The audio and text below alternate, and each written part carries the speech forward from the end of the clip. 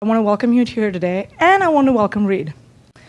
Many of you know Reid either in person or by reputation. Reid was on the exec team of PayPal. He's the founder of LinkedIn. He's an investor at Greylock, and he's on the board of Microsoft. And that very short sentence belies the impact Reid has had on Silicon Valley and the world. Now, one of my pet peeves is when you say, this person needs no introduction, and then you go on for 10 minutes. So all I'm going to say is I'm going to leave you with that, but add that I've known Reid for 15 years, and in addition to all the amazing things he's done, he is a wonderful, thoughtful, kind person, and I'm really glad to have him here today.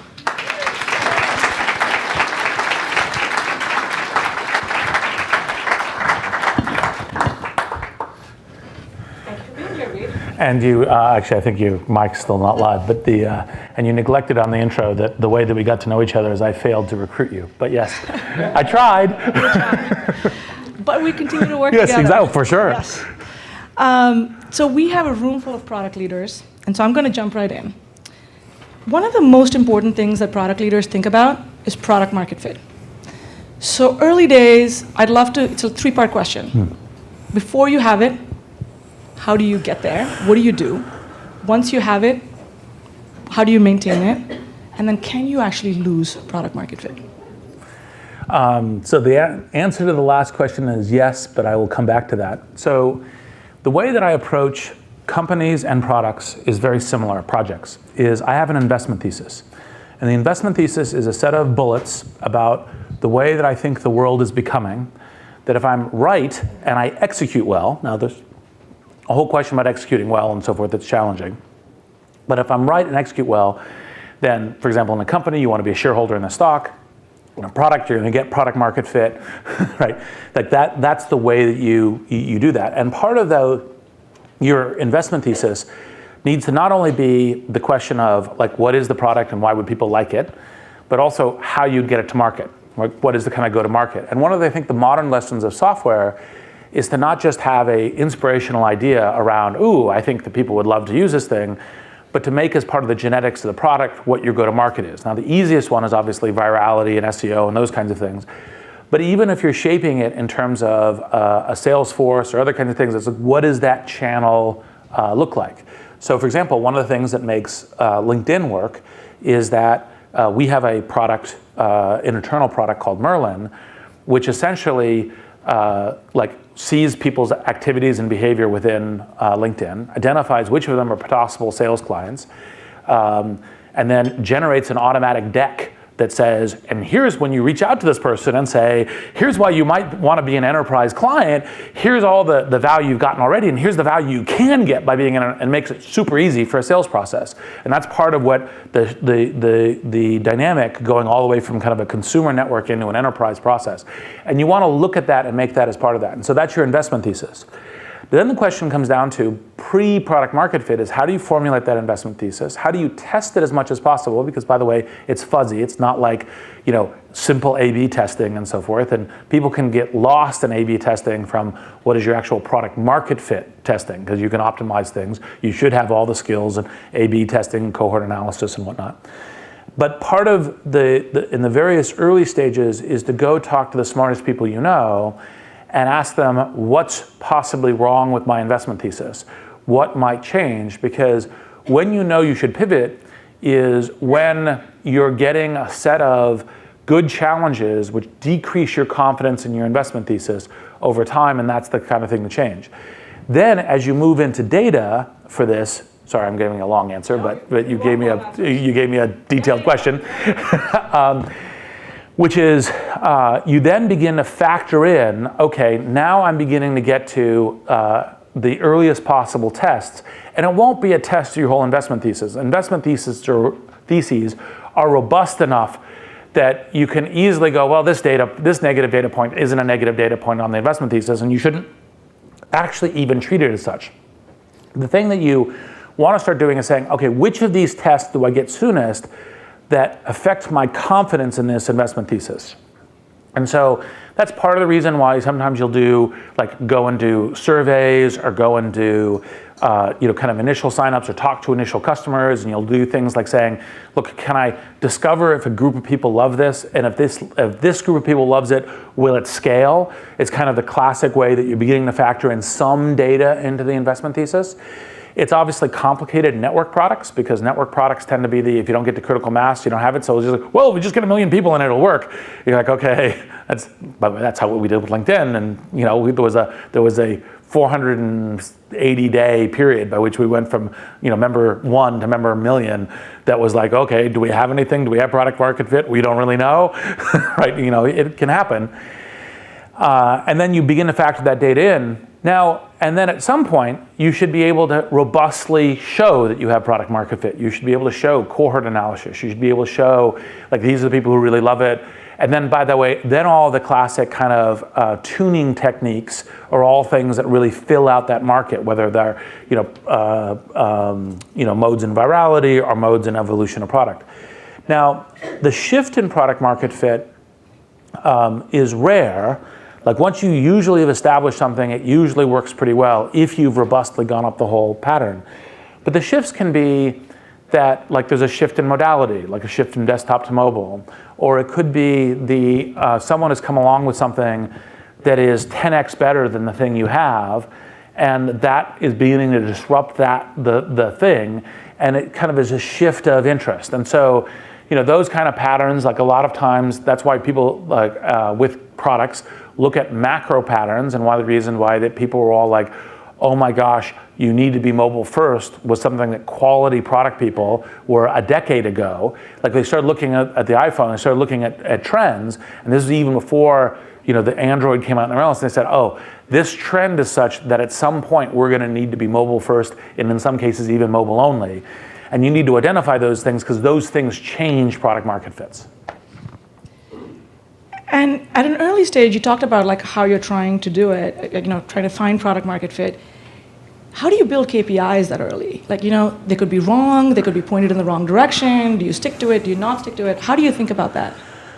So the key thing is to figure out what your go-to-market, your product and go-to-market strategy is.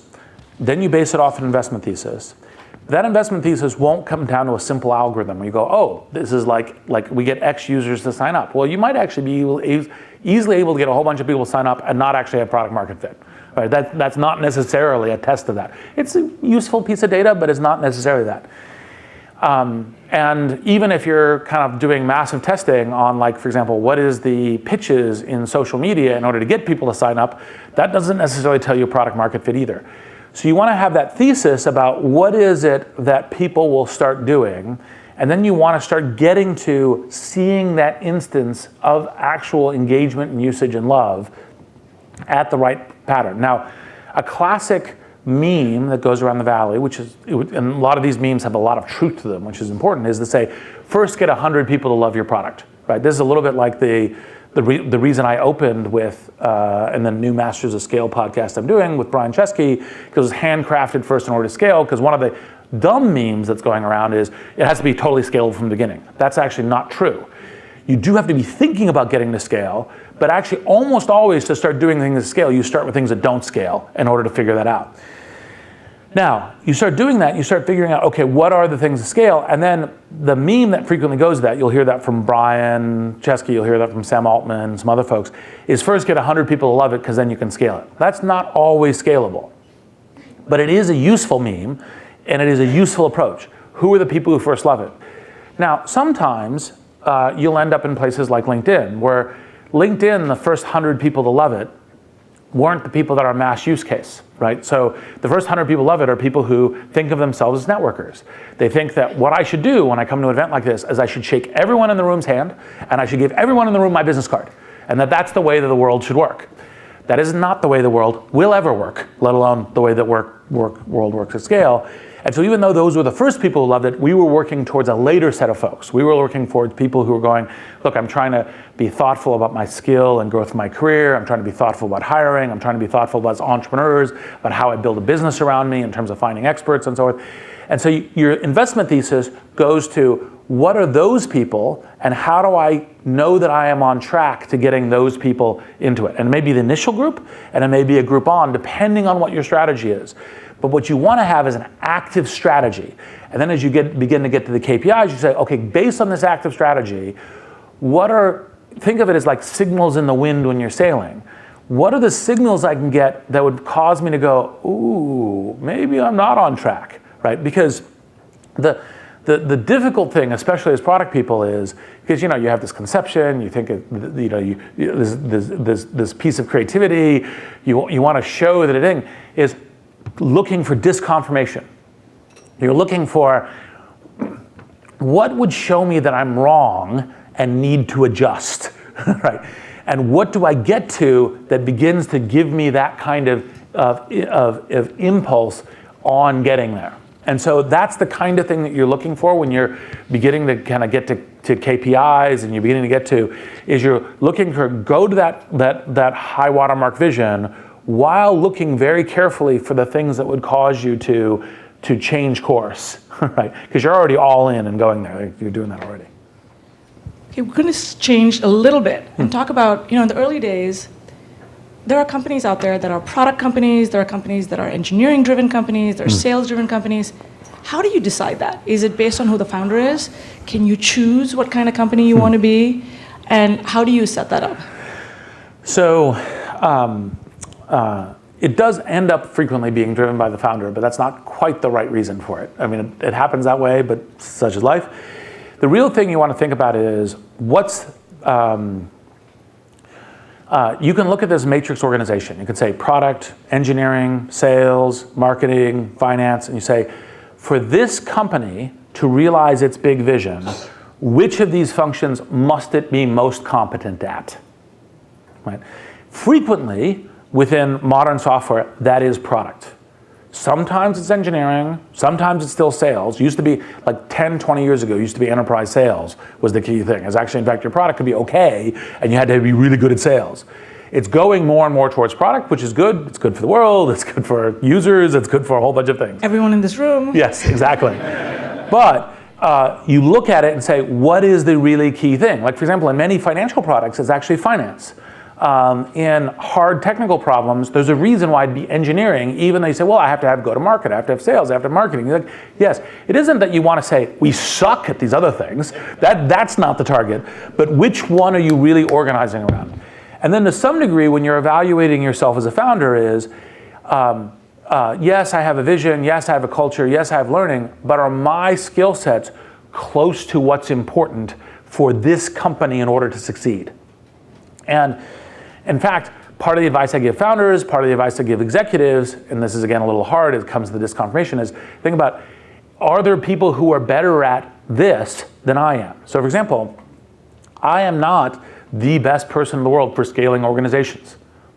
Jeff Weiner is one of those people. You say, what should my job be? I should get the people who are best at that and make that happen. Now, the problem, of course, historically in the values is like, oh, the founder is the early rocket engine, and then you go to the experienced gray hair. That's a bad model, right?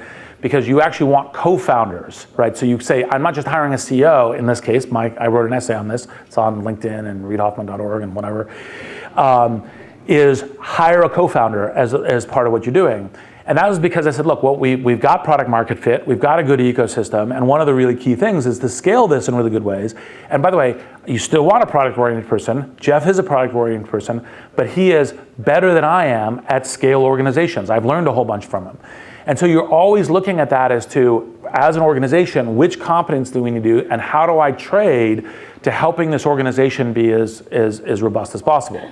Now, the good news about consumer and enterprise software is it's all heading towards much more product competency being the fundamental driver for the whole organization. Now, part of product competency, by the way, is product competency within tech. So when you can tell an organization has gotten disbalanced is the product people are inventing things that are bad tech strategy because they're not technical enough. That's a problem, right? So product isn't like, yes, design, yes, user interaction, but you have to form it within what is good technical strategy given technical capabilities and what are the kinds of things. Because like, for example, if you said, oh, the service can completely read my mind telepathically and guess what I want. Of course that's a great product if you can build it, So anyway. So you talked about Jeff, but wider than Jeff and how you picked him, how do you judge talent? How do you figure out, this person is going to be a good fit, and then how do you nurture that talent and keep them around? You wrote a book on Tour of Duty. Yes. Yeah, the Alliance. Yep. Fundamentally, I kind of look at three things. And it's probably in this order. The first is, and they're all super important. The first is baseline skills for playing this game. And baseline skills means that, for example, you say, look, this person, because the second one, by the way, will be learning, this person's a learning machine, but you don't make them your scalable server architect if they don't know anything about code. It's like you're super smart, you're gonna learn really fast. That's not where you start, right? So baseline skills are, I have a broad sense of what competent modern gameplay looks like here. That can be in the skills of the area itself, that can be in management. Like I have those things broadly. Doesn't mean I have 10-year, like the usual mistake in these things is say, I've got 10 plus years of experience of doing this exact thing. If you're doing something new, you don't have 10 plus years of doing this exact thing. That's the reason why, like broad skills, not these exact ones. The second thing is infinite learning.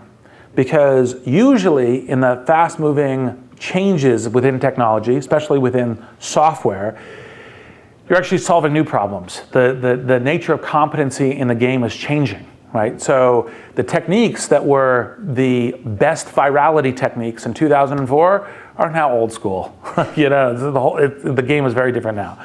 The ways of saying how do we measure user experience and how do we integrate both art and science in that, those techniques are evolving at a fast basis. So it isn't like, oh, I just know how to do that. And if the person isn't a constant learner, both for the new techniques and for this new game, that's a serious problem. And then the third one is basically with the kind of skills, with the learning, and this plays to some of the mission and purpose things that are so important about what Midyar and you and everyone else is doing. Part of the reason I'm here is the person really going to think about this like a founder? And it doesn't mean exactly like a founder, but kind of in the ownership of this mission, of this project, of this organization, of this product matters to me. I would, when I'm recounting what I accomplished here, I have that alignment because I'm going to go the extra mile. I'm going to really sweat it. I'm going to really put the grit and energy into this. Because by the way, these things are hard. I mean, part of one of the reasons why I use as a metaphor for entrepreneurship is throwing yourself off a cliff and assembling an airplane the way down, is to understand what the difficulties in these kinds of games are. And you got to have someone who's really committed and wants this thing to really work. It's not just kind of a resume checks box. It's not just, hey, I'm making progress. It's, I care that this product works, that this project works, that this company works. And those are the three things that I look at bedrock when I'm evaluating talent. Anything from, a starting product manager to a CEO. And once they're in there, what processes do you put in place, or did you put in place in LinkedIn to make sure people were growing, that they were fulfilled, like check-ins to see, is this still what you want to do? Is this a good fit? How do you think about that? Well, so that's a little bit of what the Alliance ended up being, right? Because actually, I'll tell you the kind of funny story about how the Alliance got written, which is I wrote this first book, Startup Review, because I gave the commencement speech at my high school, which was, what do I have to say to a bunch of high school students? And I was like, well, be the entrepreneurs in your own life. And then what I realized was that the Startup Review is describing adaptive, modern, kind of entrepreneurial people. Doesn't mean entrepreneurs, but people who are being adaptive to the changes in industry and the evolution of how everyone's personal career is going to look like. That's why I told a bunch of high school students, this is how to think about going forward in your life. And then I said, well, look, actually, businesses should read this. And so, but if I send them a book called The Startup Review, they'll go, oh, everyone should quit and start businesses. That's not what I'm actually, in fact, advocating. I mean, look, the right people should do that, but that wasn't the advocation. And so I wrote an essay that I was going to publish in HBR that was just like, look, here's how I manage adaptive people, right? Here's how you attract, work with, and ally with, right, hence the alliance, with highly adaptive people who are looking to make big changes in the world, which is what you need in order to succeed and thrive as an organization. And so, so the whole details are on that. But the key thing, roughly speaking, is the mission of the individual, mission of the organization, having a good alliance over a tour of duty such that there's transformation on both sides. And then you check in. Everything else is infrastructure, right? So you check in every month. You know, do you have a kind of a, like, what is your career development? So like, for example, one of the things that's intrinsic in LinkedIn tends to be the, what's the job that you want next? That's not just the, oh, you want your manager's job, which is kind of classic 1950s old school, but like, what's the job you want next? And let's make sure the work you're doing here is accelerating you towards that future, whether it's here or somewhere else, because we want you to work really, really hard and making this place really better, because that will help you get to the place that's the next huge step for you. That is just great advice to anyone who's a manager, actually, right? When you have people who work for you, you want them to do great where they are, but you want them to see why what they're doing is going to be great for them, not just right there, but in the future as well. Yes, exactly. So we talked a little bit about kinds of organizations, right? How do you build a product organization or a company that's focused on innovation, that's changing, that's growing, that's, you know, aware of the trends that are going on, that can, you know, make little shifts as needed? So, as we all know, innovation is this terribly overused word that basically means new and better. And so everyone goes, oh, yeah, I'd like to, it's a little bit like a mission statement of, we pride excellence. Oh, really? And what do the other people do? Right? I mean, it's like, really? And actually, in fact, real innovation is hard. Ultimately, the problem is innovation, there is no good innovation without risk. And usually organizations, as they get bigger and more operational scale, get less tolerant of risk. And there's all kinds of good reasons for it. It's not like people say, oh, it's politics, it's bureaucracy. And by the way, there's some of that. But the reasons is because you go, look, part of how you look at all these problems is capital allocation problem. Do I put the dollar into the risky thing, or do I put the dollar into the central engine? I put the dollar in the central engine. If you have a good engine that's going, it's like, well, I put $1 in and I'm guaranteed to get $2, $3, $4, $5 back.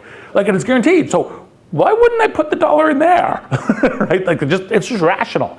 And so orgs get very operationally rational, and they tend to say, well, we should put all the dollars into the things that are having all of these great guaranteed results, because we've already taken all this risk and we've built this big platform. So then innovation becomes tricky, because the innovation is, well, you put $1 in here, and by the way, you may get nothing, and you may get a whole bunch of org distraction. You may get conflict in orgs making, you know, prioritization and resource allocation, because there's always resource scarcity, even in, you know, huge organizations that are printing tons of money. It's like, okay, which projects are we going to do? There's always more projects than there are allocation of people, you know, allocation of money. So the key thing ultimately is you have to start from the very top, CEO and execs. They have to decide that certain kinds of risks are instrumental. They have to communicate that within the organization of, we are taking these risks, we are facilitating it. They have to create the space by which this natural organization will happen, which will, the known dollar, the known efficiency things will compete with these dollars, and they have to create the space for that. And by the way, I'm using dollars as a proxy for people, talent, strategic mindset, managerial cycles, you know, all of that kind of thing. And then you actually have to have an entrepreneurial leader, right? And it could be 2 or 3, almost never more than 3, who are like essentially the founders of that project. And you have to back them going into this investment thesis and going into it. And you have to have some pretty clear, like, one of the things that's good about Silicon Valley, but the seed financing A, B, C, is you have a third-party objective, are we on track or not? And then that gives you kind of market. Very hard to do within an organization. But then you have to say, okay, are we on track or not, right? And you have to be capable of doing the hard edge thing of, we're not on track, and we're gonna you know, shut down this project. We're gonna change it. People will disagree with you. It's totally fine. And you have to make those hard decisions, which, by the way, are super difficult, because usually the people you have working on these projects are people that, you know, you really back, you think are wonderful, you want to be part of the organization. Like, so these are all the reasons why it gets difficult as you have created a great going concern. But those are the ways that you have to steer against it, kind of culturally, leadership, et cetera, in order to make it happen. So we have a mainly product leaders here. We also have CEOs. And often what a product leader finds themselves, they come into a company with a strong visionary product CEO. What should the head of product do in that situation? When they're taking on from someone who's built this company, who has a lot of vision, when should they push back? When should they let the CEO make the decision? How do you come into that situation, and how do you become successful in that situation? So I think the fundamental thing is you have to figure out what your partnership with that product CEO will be like, right? And you have to get to bedrock on it. And actually, funny, this is like one of the pieces of advice I give people, and they say, look, I'm founders, I'm thinking about hiring a CEO, is like, spend 40 hours with a CEO before you make a decision whether or not to hire or not, right? Spend a lot of time, and part of what you're doing is going to bedrock on, can I collaborate with this person when we have disagreement? Do we resolve it in a constructive partnering way where we have a better outcome because we had a disagreement, we get there, etc. And there's a lot of different modes where the partnership could work. So the partnership could work is, look, ultimately you're the product boss. I will speak up and challenge you, but at the end of the day, I'll go with it. That is a viable partnership that can work in a lot of places. Another one can be you're empowering me to do this and you'll allow me to do it. At the end of the day, I can say, look, silver bullet, I'm gonna make this happen, and we've agreed to that, right? And that can be another one that can work well. But you want to get to kind of what is our gameplay, because by the way, the failing one is to say, hey, a person who is kind of got the company this far, who's deeply product oriented, product's mine now, just stay out. That's not going to work. Right? I guarantee it. And so you want to have that kind of conversation. And if you're in the organization, go to having that conversation. Get to a point where you are collaborating well. Because by the way, if you go, look, I sit down, I try to figure out what the right way to collaborate is. Like, this partnership is not going to work. Move, change organizations. It's like being passive aggressive with a partnership that doesn't work. Like, that's bad on both sides. So get to that thing. And now it shouldn't be legalistic. It shouldn't be, we all, like, I got growth, you got engagement, or it's not like, or I get 3 silver bullets. It's like if we're not working in a way that we broadly trust each other and we broadly think that by working together we're making each other better, like those are the KPIs. That's the health of a good partnership. You want to, no matter where you are in work, you want to move to that as aggressively as possible. And if you're moving up the curve, great, it's awesome. And if you're moving down the curve, time to make a change. And might be a change like moving into a different organization, might be a change in the way you're working together, but those are the way to do it. And the simple thing is make sure that you have the partnership working. It doesn't necessarily have to be like, oh, we both agreed this was the North Star. It's here's how we play together. So you've seen a ton of product people over the course of your time here in Silicon Valley. What is a good product person? What are the characteristics? What have you seen people do well? And what have you seen people not do well that, you're like, I'd avoid that? Well, the funny thing is that there's actually a lot of different archetypes of good product people.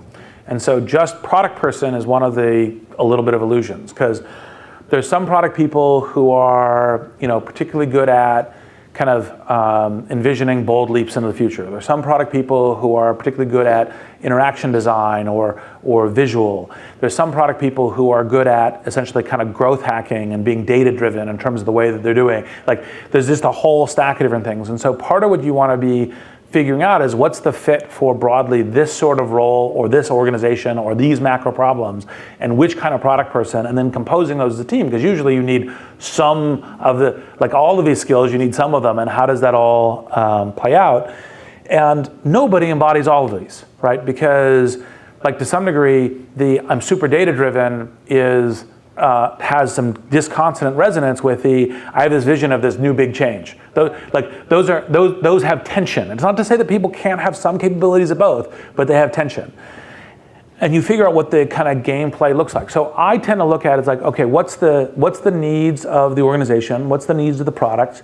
And then what's the needs of this team and this person? And then how does that go? And which kind of people are we looking for? And obviously, it's better if product people, generally speaking, have a broader utility. One of the reasons product people tend to be core to a lot of software stuff is you generally you don't want to have weaknesses in any of these areas. You may say, my thing that's really good is is really figuring out what's going on with the core group of customers and doubling down on that in a variety of things. And you said, that's the thing I'm really good at, great.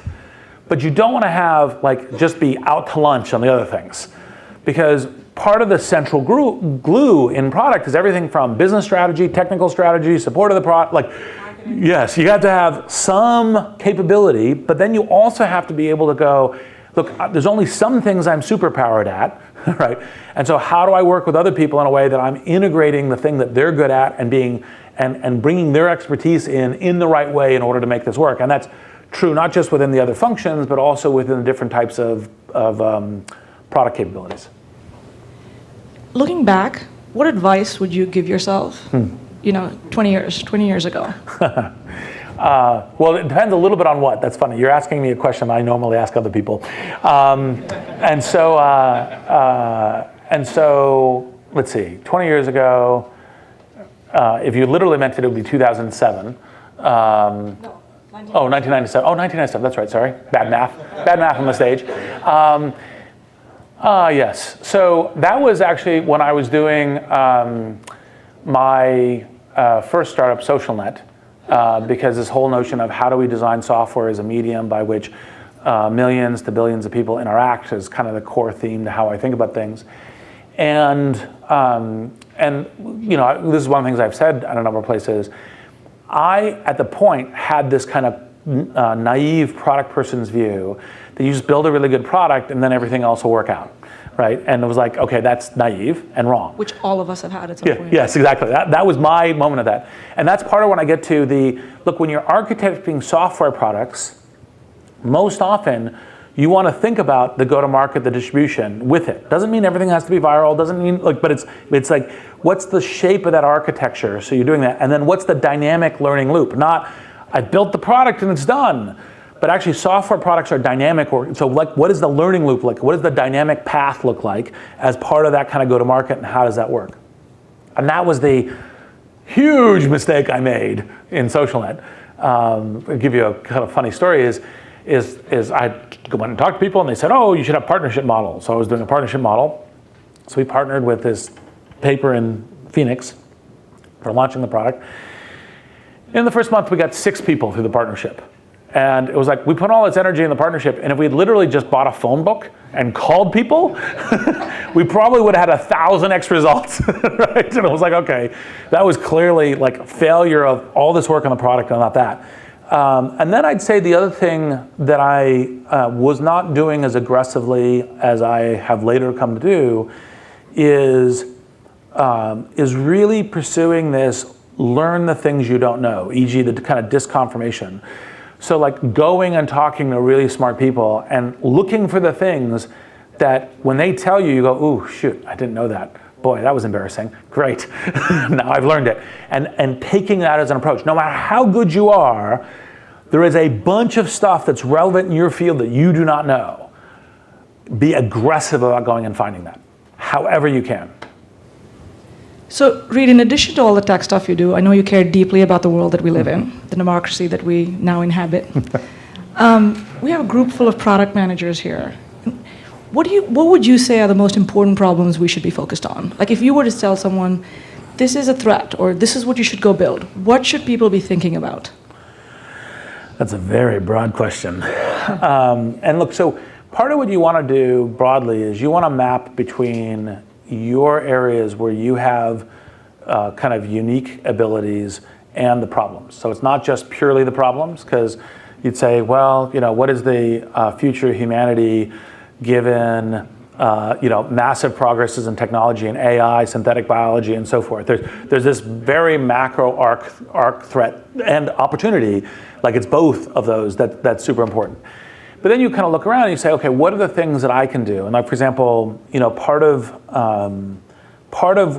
what we're living with right now is like we broadly in this room are all part of the move of saying this whole interconnected world with social networks and social media and everything else is coming together, and people are not fully adapting to it well, right? I mean, you've got the ability for hostile autocracies to hack everything from the kind of recent WannaCry stuff to to what was going on in the election and the Russians.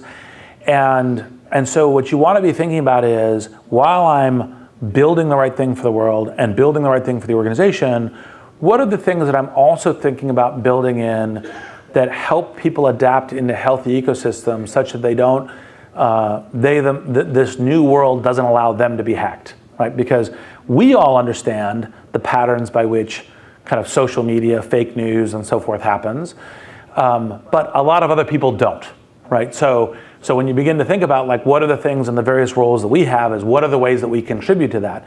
And some of that includes, like, for example, I think of product ideas that actually in fact may be helpful to friends of mine at Facebook and Twitter, and I call them with them. And I say, hey, here's something that maybe if you were to think about doing this way, and look, this fake news thing matters to all of us, so if you want to talk to somebody and just bounce something off, I will be happy to help, because you solving that problem, yes, it makes your organization stronger and all the rest, great, and that's awesome, but it also makes the world better. And so thinking about those kinds of things, I think, would be important for what I understand this group to be. What do you think are the greatest threats to innovation and the way Silicon Valley functions right now? Let's see, the greatest threats to Silicon Valley innovation is probably overall kind of like we're heading towards, we're clearly in some global version of the early 1930s, the modern kind of version of this, and that means more global instability. And part of global instability is people care a lot less about building the future, they care more about me versus you. This is kind of building the wall stuff, right? Which is, not only kind of distasteful, but I actually frankly think immoral and also backward thinking and trying to enshrine the past for the future. But the reason is they're fearful about the future. And so the more and more people get fearful about the future and not having a path for them is the kind of thing where that gets you to more instability. And so I think that those of us who have an ability, and I put myself very strongly in this bucket, to try to figure out how to help bring the rest of the like a bulk of, doesn't have to be everybody, but like the bulk of people along into the future. What are the things we do about that? How do we re-enable a path towards middle-class jobs, which have had erosion? How do we rebuild trust in media so that people have a sense of, oh, this is kind of information I trust, this is information I don't trust? And how do we do that? Those problems, we don't solve those problems, we have more disorder. And then ultimately disorder can lead to we don't care about building the future. You say, hey, you're building all this tech to cure cancer. That's not the problem I'm really working on. I'm worried about my future here. And so we need to help with that more, both in kind of talking about it, in vision of it, in operational of it. And so, for example, one of the ways that I tend to do this, I tend to think, look, entrepreneurship is going to be super important. So I support both Kiva.org, which is a collective thing with Omidyar. Actually, both of these things are collective. I'm about to say Kiva and Endeavor, which is both kind of platforms for micro entrepreneurs, people who might, drive a taxi or, a car or start a, corner store, Gesundheit. And also high impact entrepreneurs, people who are building the large organizations that hire lots of people. And I think entrepreneurship is so critically important to this kind of change that's the kind of thing that is one of the things that I do in order to make this happen. Awesome. We're now going to open it up to audience questions. We're getting a mic. And so the other thing, by the way, to think about how you guys as product people think about that is think about how the stability, if you're building ecosystem products, to think about how that ecosystem trends towards the right kinds of social outputs. I mean, I know this room, that's you guys are already doing that, but there's also a camera and you guys are you're gonna publicize it, so I think that's an important general message. Hi, thank you. I'm Anita Dartengardine. I'm the CEO of Oniva. First, let me thank you. Microsoft has mentored us since 2014. Awesome. We're the first minority-led company that they've let out of the gate. And right now, our technology platform is providing in-home services. It's the only enterprise-scaled in-home services platform to Microsoft employees.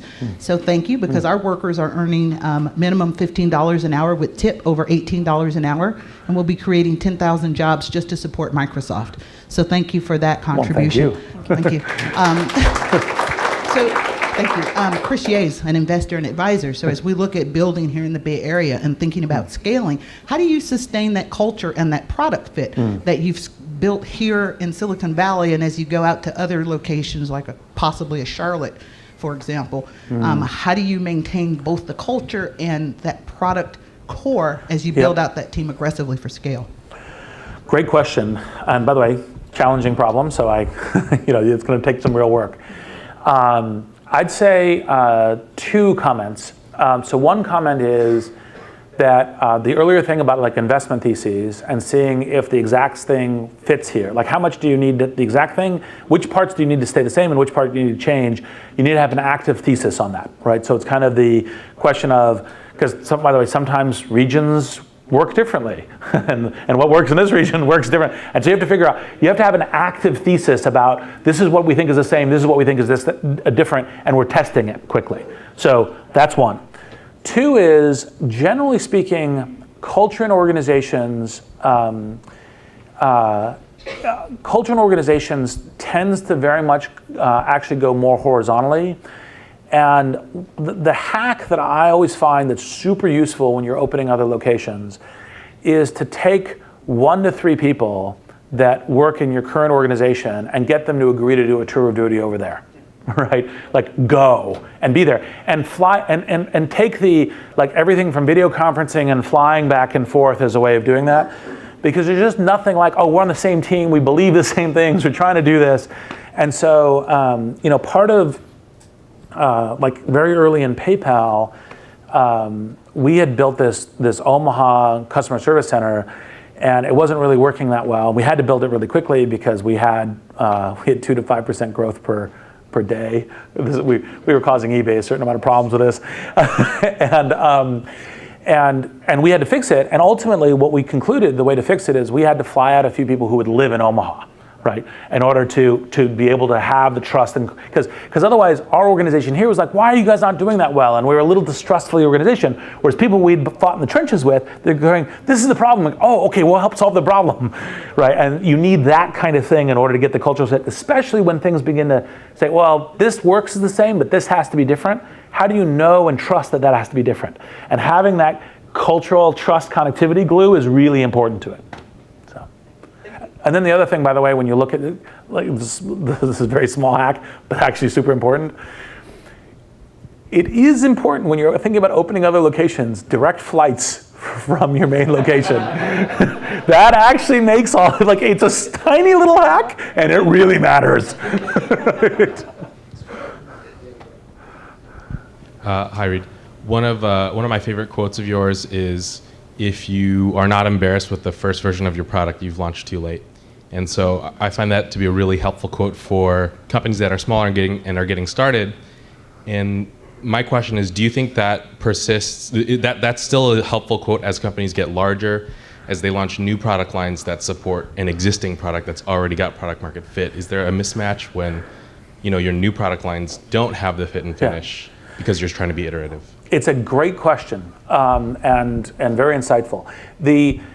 It does trend down. The reason why I focus people on that is the natural thing for all of us product people in the room is we would love to pull back the curtain and go ta-da and have everyone go, wow, that's awesome. Of course, that's why we're product people. That's what we want. Emotionally, that's what we want, right? And then the problem is, if you do that, you spend way too much time not in the field. That's why things like minimal viable product, other kinds of things are key. So the importance, the point of view in that quote is the importance of speed, the importance of engaging with your customers, and the importance of getting in that learning loop with your customers as fast as you possibly can, right? Which means what you're doing, your 1.0 release, if you're not kind of like for example, when people would come to me and say, that LinkedIn product, that's pretty basic. I'm like, yeah, I know. Yeah, I know. Right. Fine, that's where you want to be for that speed and everything else. Now, you have a broad customer base that's already familiar with your product. They're already dependent on it, right? They're already engaged with it in their life. Well, now if you're breaking them, you're causing harm. And by the way, part of that first quote is to go get to that customer engagement data as fast as you can. So of course it trends down, right? And of course it trends down in like the 1.5 and the 2 and the 2.3 and the 3.0 kind of versions of releasing this as a kind of a macro way of thinking about it. Now, that being said, the fact is you should still look at, like sometimes when you're launching a new product, or sometimes like part of like one of the things I thought was super helpful when Gmail launched for, what was it, 4 years in beta or something, like it's useful to say, look, we still want to get out there, still want to learn new things. Beta, like you try to not break the things that are working, not break the things that people are depending on you, because that really matters, that's a real cost. But you try to still allow a culture of speed and experimentation, because by the way, naturally the organization will tend to be well, we now have a brand to protect, and now we shouldn't have anyone questioning us in what we're doing. And you're like, no, you still have to push back on that some. That's why the quote is still useful and valuable, but your calculus is changing. Hi, Reid. My name is Stephanie Lampkin, founder and CEO of Blendor. So my ultimate mission is to prove that homogeneous environments are never a true meritocracy. And human bias is an extreme inefficiency in how we assess people and products, et cetera. And so one of my favorite books now is called Weapons of Math Destruction, which talks about how we're building in bias in these algorithms that are aiming to mitigate it, but the people creating the algorithms all look alike, right? So what is your perception of how equity, diversity, and inclusion affects innovation as we build AI and products to sort of solve these problems that you've already mentioned are an extreme threat to our future? Well, threat and opportunity, just to be really clear. Right, it's not only threat. So look, I think it's like actually Melinda Gates and I were doing an event yesterday for the Microsoft CEO event in Seattle, where we were talking about the importance of diversity in corporations and technology and everything else. And one of the things she brought up on stage, totally agree with, is the number of people who are like if you say tech is a problem, and then you go to AI, and it's like, oh my God, it's a much larger problem. And so you just need to solve that generally, and part of that goes everything from pipeline to professional development to shots on goal and trying to do that. And so there's a broad set of things, and there's, as you're familiar with, Rooney Rule and so forth. And one of the problems is you can say math optimization can do hidden biases. Now, before you do all that, I actually think one of the really important things is to try to figure out, given that what we're doing is we're building in kind of learning algorithms and so forth on data sets, is even before you get to solving the kind of talent working on a goal, which is super important, need to do that, you can also try to get a lot of people looking at what the training set looks like, try to have more introspection on kind of the algorithms and how the math actually works. Like there's a set of things you can do to try to balance it and hack it early. And so, like one of the things that the AI fund that Pierre and Pierre or Meteor Network, I don't know exactly which, and Knight Foundation and myself are doing with the MIT Media Lab. One of the core projects is essentially two women who are trying to solve this problem, right? And that's one of the things we've actually funded as a way of trying to move it along. And so you want to get to the whole talent and diversity of inclusion in terms of making that work. But there's steps in as you're running towards it that you need to do as well. We have time for one more question.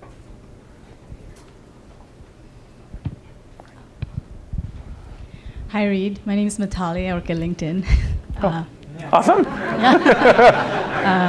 Surprise, I'm very positive on that.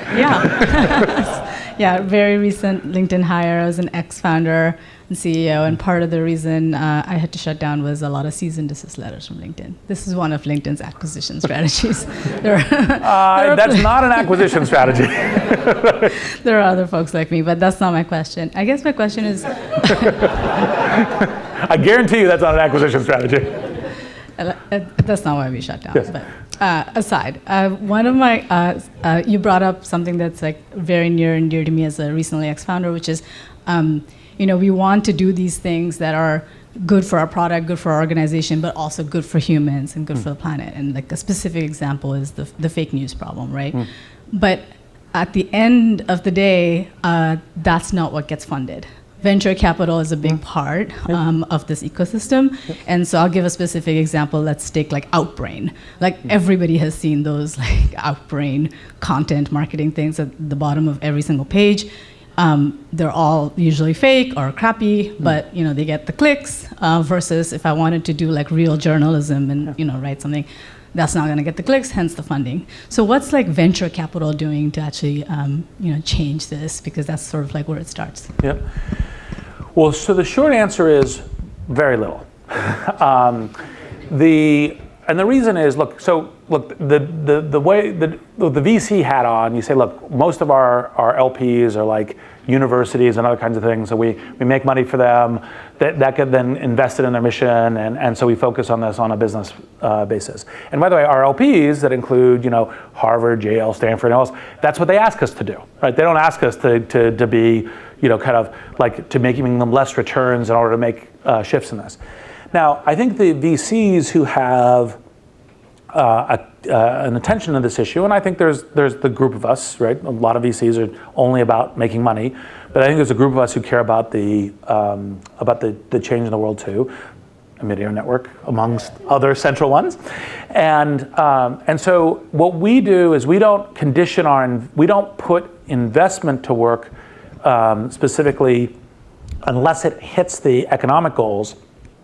But we will put work into projects where, for example, when we do our various communities and our events and so forth, we'll invite people to try to help with expertise, and so we'll try to help and leverage as much as we can.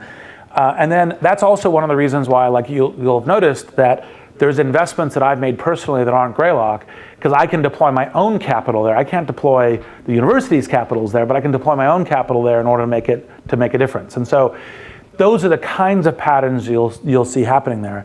And then the question comes for, as you've gotten positions of success and power, whether in venture, whether in these big companies, is you begin to say, look, I can afford something at the margin in order to try to solve this problem, and I'm going to try to do that, right? And so, like for example, as you may or may not know, there's a whole LinkedIn for Good group that's actually trying to figure out, students and veterans and jobs and everything else, saying how do we use this platform in a way that's not purely economic for us, but because of our platform, we can make a huge difference in the world and what are things to do, and each of the companies should think about doing that as well. So Reid, thank you. I admire many things about you, but one of the things I admire is your willingness to give back. So thank you for spending an hour with us today. We really appreciate it, and thank you for your time. It's awesome. Thanks.